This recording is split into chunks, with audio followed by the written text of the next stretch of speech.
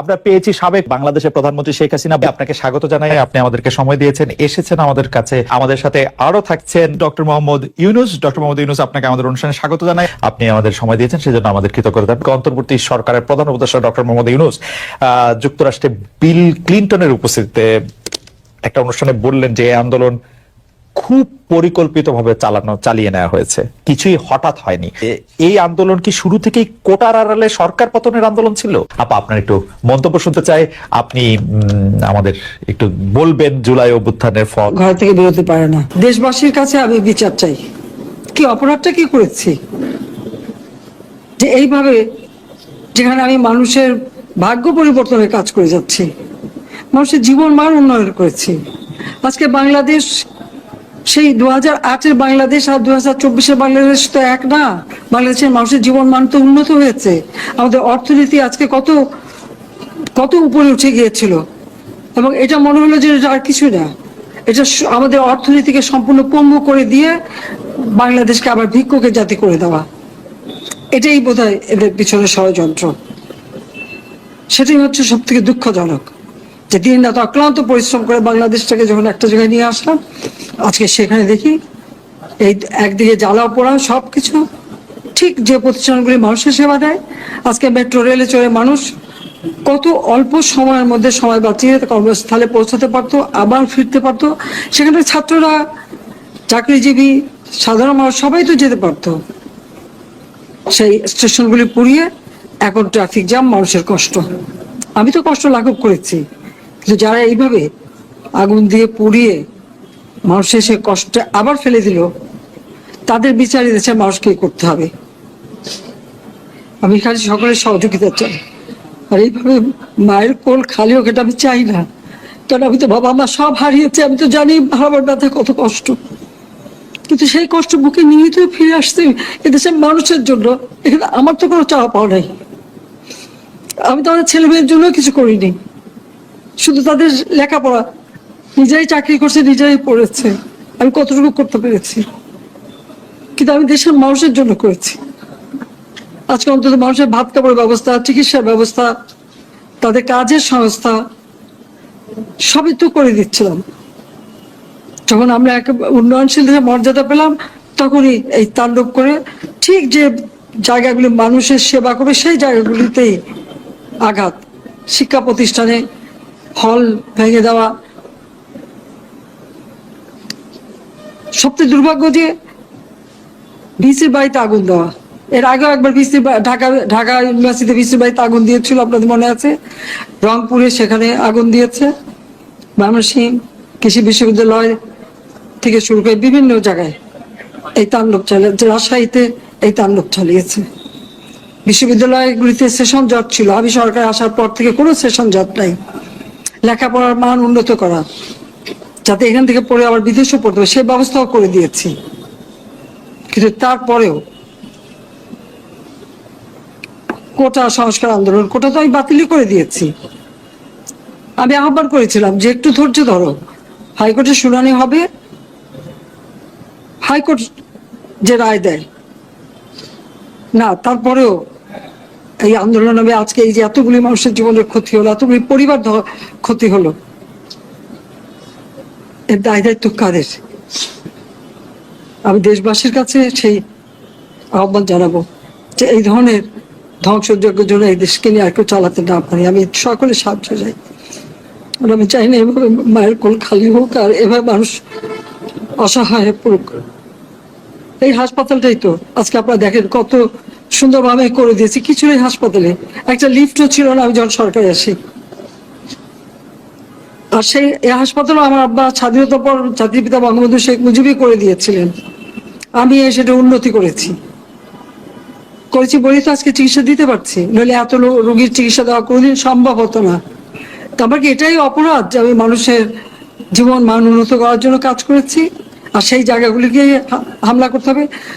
কোভিড-19-এর সময় যেখানে আমরা সব থেকে ভালোভাবে মানুষের চিকিৎসা দিতে পেরেছি, সেই কোভিড হাসপাতাল, সেখানে আগুন দিয়েছে।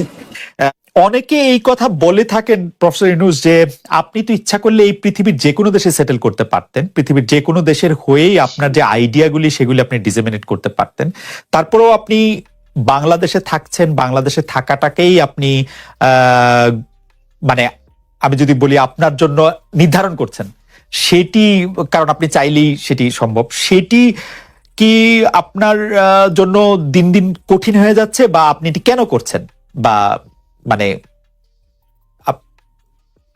অনেকে বলছেন যে আপনি আসলে, হ্যাঁ আপনার কাছে জানতে চাইছি যে আপনি তো আসলে দেশে থাকেন, বিদেশে থাকেন, মানে আপনার ভৌগোলিক অবস্থানটা তো আসলে আপনার আইডিয়াগুলির জন্য খুব বড় বাধা না, মানে আপনাকে বাংলাদেশেই কেন থাকতে হবে, এটা অনেকে প্রশ্ন করেন যে মানে আপনি বাংলাদেশে থাকাটাকে কেন প্রেফার করেন? তুমি কি বলছো আমি দেশ ছেড়ে চলে যাই? না, আমি বলছি আমি জানতে, বাংলাদেশের মানুষ তো এরকম ভাবে যে দেশ থেকে যে চলে যেতে পারে সে খুব চলে যায়। এমন কুসন্তান করলাম দেশের জন্য, এখন পরামর্শ দিতে আপনি দেশ ছেড়ে চলে যান, এই অবস্থা হলো আমার? মনে করি না আমার এই অবস্থা হয়েছে যে আমি দেশেরই সন্তান, এই দেশেই থাকবো, দেশের জন্য যে কাজ করি সেটাই করব, এটা যতদিন আমি বেঁচে আছি সেটাই করে যাব। আমাকে বিভিন্ন দেশ থেকে আহ্বান জানাই, আমি কেন ওখানে দেশে থাকছেন। আজকেও একটা নতুন দেশ থেকে আহ্বান পেলাম, বলে আমরা সব ব্যবস্থা করে দেবো, এটা আর একটা নতুন দেশ যোগ হলো আছে। কিন্তু আপনি বাংলাদেশেই থাকতে চান, এবং আমাদের কাছে যেটি মানে আমরা সাংবাদিক হিসেবে আপনাকে প্রশ্ন করতেই হয়, আপনি দেখেছেন যে আপনার প্রতিষ্ঠিত গ্রামীণ ব্যাংকের একটি সংবাদ সম্মেলন হয়েছে, সেই গ্রামীণ ব্যাংকের সংবাদ সম্মেলন থেকে আপনার বিরুদ্ধে যে অভিযোগ করা হয়েছে সেই অভিযোগ মানি লন্ডারিং এর, সেই অভিযোগের ক্ষেত্রে বলা হয়েছে আমি সবচেয়ে ডাকু বাংলাদেশে, সবচেয়ে বড় ডাকাত এদেশে, কাজে সেই হিসাবে সবাইকে জানান দেওয়া হচ্ছে, সেই হিসাবে আমি পরিচিত হয়েছি। আমি সবচেয়ে বড় ডাকাত, আমি সবচেয়ে সাংঘাতিক মানুষ, যে দেশের সর্বনাশ করে যাচ্ছি, সেইভাবে পরিচিত হয়েছি।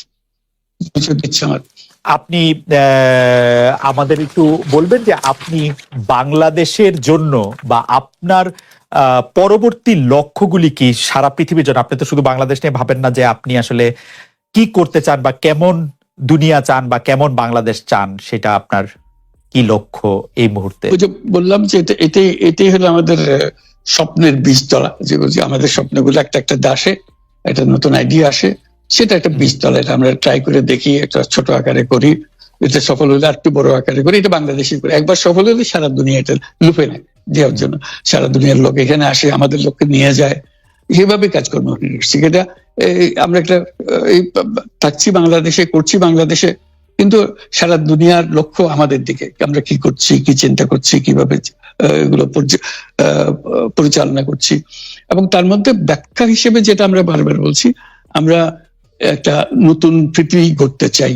সেই পৃথিবী হচ্ছে 3 শূন্যের পৃথিবী, এটাও বহুবার বলা হয়েছে, তার উপরে বই লিখেছে 3 শূন্যের পৃথিবী কি হবে, যে 0 কার্বন এমিশন, যেহেতু পৃথিবী ধ্বংস হয়ে যাবে এই গ্লোবাল ওয়ার্মিং এর কারণে, একে রক্ষা করতে হলে আমাদের 0 কার্বন এমিশন অ্যাচিভ করতে হবে।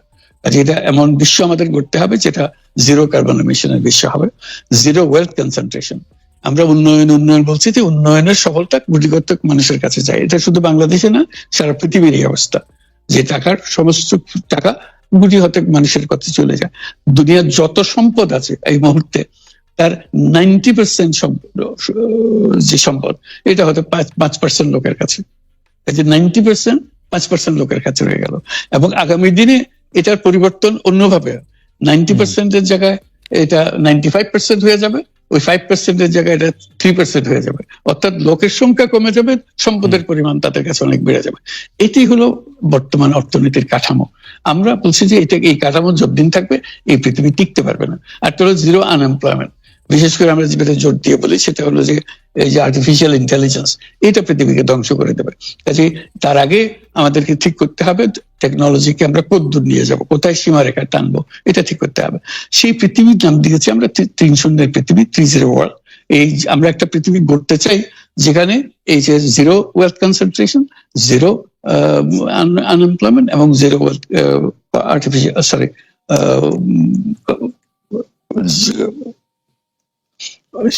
গ্লোবাল ওয়ার্মিং 0 হবে। এই 3টে 0-র মধ্যে আমরা থাকবো। তো সেটা এখন বিভিন্ন দেশে এটা পর্যালোচনা বৈঠক হচ্ছে, বিভিন্ন বিশ্ববিদ্যালয়ে সেটা নিয়ে আলোচনা হচ্ছে, আমাদেরকে আমন্ত্রণ জানাচ্ছে, আমরা সেগুলো বিশ্বকে বোঝানোর চেষ্টা করছি। এটার বড় নিয়ামক হবে সোশ্যাল বিজনেস। এই সোশ্যাল বিজনেস এর মাধ্যমে এগুলো করা যাবে। সোশ্যাল বিজনেস সঙ্গে আসছে সোশ্যাল বিজনেস, এবং কত জায়গা থেকে কত ভিন্ন ভাবে এগুলো প্রসার করা হবে সেটা আমাদের উপর আমাদের দায়িত্ব হয়। আমরা এগুলো ব্যাখ্যা করি, আমাদেরকে বিভিন্ন বিশ্ববিদ্যালয়ের মারফতে হয়। 107টা বিশ্ববিদ্যালয়ে এখন সোশ্যাল বিজনেস সেন্টার আছে। এটার নাম হলো সাধারণত ইউনুস সোশ্যাল বিজনেস সেন্টার নামে পরিচিত হয়। নিত্য নতুন বিশ্ববিদ্যালয়ের সঙ্গে যুক্ত হচ্ছে। সর্বশেষ যেটা কিছুদিন আগে আমরা পত্রিকায় দিয়েছিলাম যে finance university of Russia, finance university Moscow, তারা বলছে যে আমরা এখানে ইউনুস সোশ্যাল বিজনেস সেন্টার করব, এবং আপনাকে একটা দায়িত্ব দিব, একটা ইন্টারন্যাশনাল অ্যাডভাইজারি কমিটি আমাদেরকে বানিয়ে দেবেন, এবং আপনি সারাক্ষণ এটা তদারকি করবেন। সেটা এই সপ্তাহের মধ্যে আরেকটা বৈঠক হবে, তাদের সঙ্গে জুম মিটিং হবে, যে তারা অগ্রসর হচ্ছে। অর্থাৎ এটার গতি শুধু সীমাবদ্ধ কোনো বিশেষ ধরনের কাজে না। চায়না এটার একটা অগ্রগামী দেশ, যেটাতে সোশ্যাল বিজনেস নিয়ে তারা বহু পরিমাণ মনোযোগ দিচ্ছে। কাজে এইটা দুনিয়ার ডানে বাঁয়ে উত্তর দক্ষিণে সবার কাছে আছে। কাজে সেটাকে আমরাকে তুলে ধরছি। এটার আমাদের বড় বক্তব্যটা হলো যে বর্তমান যে কাঠামোর উপরে বিশ্ব পরিচালনা হচ্ছে, সেই কাঠামো, সেই বিশ্ব এটা আত্মঘাতী একটা বিশ্ব। এটা নিজেকে বিলুপ্ত করা ছাড়া এটার কোনো গতি নেই, যে পদ্ধতি আমরা এগোচ্ছি।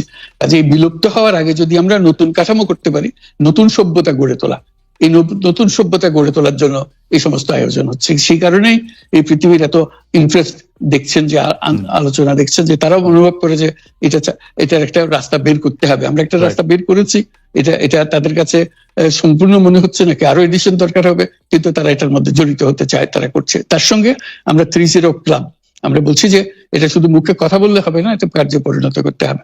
পাঁচজন সদস্য নিয়ে ইয়ুথদের মধ্যে প্রচার করার, যুবকদের মধ্যে প্রচার করার জন্য, 12 বছর বয়স থেকে 35 বছর বয়স পর্যন্ত, এই বয়সের মধ্যে যে 5 জন মিলে একটা ক্লাব করবে, 30 ক্লাব। তাদের অঙ্গীকার হবে, আমি ব্যক্তিগতভাবে কার্বন এমিশন জিরো করব, আমি ব্যক্তিগতভাবে ওয়েলথ কনসেন্ট্রেশনকে বন্ধ করব, আমি ব্যক্তিগতভাবে আনএমপ্লয়মেন্টকে বন্ধ করব। এটা ব্যক্তিগত, আমি এমন কিছু কাজ করব না যাতে এগুলো প্রসারিত হওয়ার সুযোগ পায়। কাজে 5 জনে প্রত্যেকে এটা যখন সফল করবে, তাদেরকে বলা হবে 30%। এই 5 জন যদি 30% হতে পারে, এবং আরো ক্লাব যদি 30% সৃষ্টি করতে পারে, আমাদের বক্তব্য হলো তাহলে আমরা 30 বিশ্ব গড়তে পারবো। কারণ পুরো জিনিসটা সৃষ্টি করছি আমরা নিজেরাই ব্যক্তিগতভাবে। এই যে ওয়েস্ট, প্রচুর ওয়েস্ট, আমরা বর্জ্য, এই বর্জ্যতেই আমরা শেষ হয়ে যাব। কাজে আমি বর্জ্যের আমি যদি 30 ক্লাব করি, প্রথম কাজ হলো আমি যে জিনিস আমার দরকার নেই সেই জিনিস আমি কিনবো না। কিনলে এটা ফেলে দিতে হবে, এক সময় ফেলতে হবে। কাজে বর্জ্যকে পরিত্যাগ করার জন্য আমাকে প্রস্তুতি নিতে হবে। যদি আমার নেহাত দরকারই হয়, তাহলে আমাকে সেটা সীমিত করতে হবে, রিডিউসে, তারপর হলো রিইউজে, আবার নতুন করে ব্যবহার করে থাকে, নতুন ভঙ্গিতে আসো। তারপরে হলো যে রিসাইকেলিং, আবার এটাকে কাজের মধ্যে লাগিয়ে দিল। এইগুলো প্র্যাকটিস করতে হবে, এই যে প্রত্যেক যুবক, যারা তরুণরা এগিয়ে আসছে। কাজে শিক্ষা ব্যবস্থার মধ্যে একটা বড় পরিবর্তন আনতে হবে। যেহেতু আমরা বলছি যে চাকরি করা মানুষের ভবিষ্যৎ না, চাকরি করার জন্য মানুষের জন্ম হয় নাই, এটা আমাদের একটা ফান্ডামেন্টাল জিনিস। এটা হলো যে আমরা সবাই এন্টারপ্রেনিয়ার, আমরা উদ্যোক্তা, আমাদের জন্ম হয়েছে উদ্যোক্তা হিসেবে, কিন্তু আমরা জোর করে শিখাচ্ছি তোমাকে ভালো করে লেখাপড়া করো, তোমার চাকরি করতে হবে। আমরা হয়ে গেছি ওই দাসপ্রথার শিকার, আমরা দাসত্ব গ্রহণ করছি। একবার যদি আমি এটা গ্রহণ করি, তাহলে আমি আর এর থেকে মুক্তি পাবো না, কিন্তু আমার চিন্তা শক্তি রহিত হয়ে যাবে। এটা থেকে বাইরে ওইটাকে আমরা নিয়ে আসছি, যে এই এন্টারপ্রেনিয়র হতে গেলে আরো কতগুলো পরিবর্তন হবে, বিশেষ করে ফাইন্যান্সিয়াল সিস্টেমে বিরাট রকম পরিবর্তন করতে হবে। কারণ এখন ফাইন্যান্স গরিবের কাছে আসে না, যেটা নিয়ে গ্রামীণ ব্যাংক শুরু হয়েছিল। ফাইন্যান্স আছে বড় লোকের কাছে, এই বড় লোকের কাছে আসে বলেই এই ওয়েলথ কনসেন্ট্রেশন সম্ভব হয়েছে, সম্পদের কেন্দ্রীকরণ সম্ভব হয়েছে। আমরা যদি এই ব্যাংকিং সিস্টেম পরিবর্তন না করি, তাহলে এটা চলতে থাকবে। কাজে আমাদেরকে বড় পরিবর্তন আনতে হবে ব্যাংকিং সিস্টেমের মধ্যে। সেগুলোর জন্য কি কি পদক্ষেপ নিতে হবে, সেগুলো আমাদের আলোচনার বিষয় হবে। আমরা মনে হয় যে দর্শকরা অনেকেই আপনার এই বিষয়গুলো আগে জানলেও আজকে আপনার প্রাঞ্জল উপস্থাপনে নিশ্চয়ই অনেকে এটাতে আগ্রহী হবেন। আমরা একেবারে শেষ দিকে আসছি, শেষ দুই একটি প্রসঙ্গ, যে রোহিঙ্গারা যে বাংলাদেশে এসছেন এবং মিয়ানমারে বর্তমানে যা হচ্ছে তার আশু কোনো সমাধান আপনি দেখেন কিনা, এই ক্ষেত্রে আপনার কোনো কিছু ভূমিকা নেওয়ার আর আছে কিনা, বিশ্ব নেতৃবৃন্দের সঙ্গে এটা নিয়ে আপনার সর্বশেষ কোনো আলোচনা হয়েছে কিনা, সেখানে একটা মানবতার একটা ক্রাইসিস চলছে প্রশ্ন করছেন অনেকে। ডক্টর ইউনূস এটা একটা ব্যাপক বিষয়, বড় বিষয় এটা। শুধু রোহিঙ্গা না, পুরা বার্মা বা মায়ানমার, এই পুরো জিনিসটাই একটা বড় জটিল জিনিস। এটা বাংলাদেশ এটার জন্য তার সীমান্তে অবস্থান কারণে আমরা বহুলভাবে এটার সাফার করবো এটার জন্য। কাজে এখন থেকে ঠিক করা যে এটা আমরা কিভাবে নিষ্পত্তি করতে পারি, সেখানে পৃথিবীর যারা বিভিন্ন পলিসি অ্যাডপ্ট করেন এইগুলো সমাধানের জন্য, সবাই মিলেমিশে সমাধানের উপায় বের করা, সেটা আমাদের এখন এই উদ্যোগটা নিতে হবে যাতে করে আমরা এটা করতে পারি। দর্শক হিসেবে থেকে গেলে আমাদের হবে না।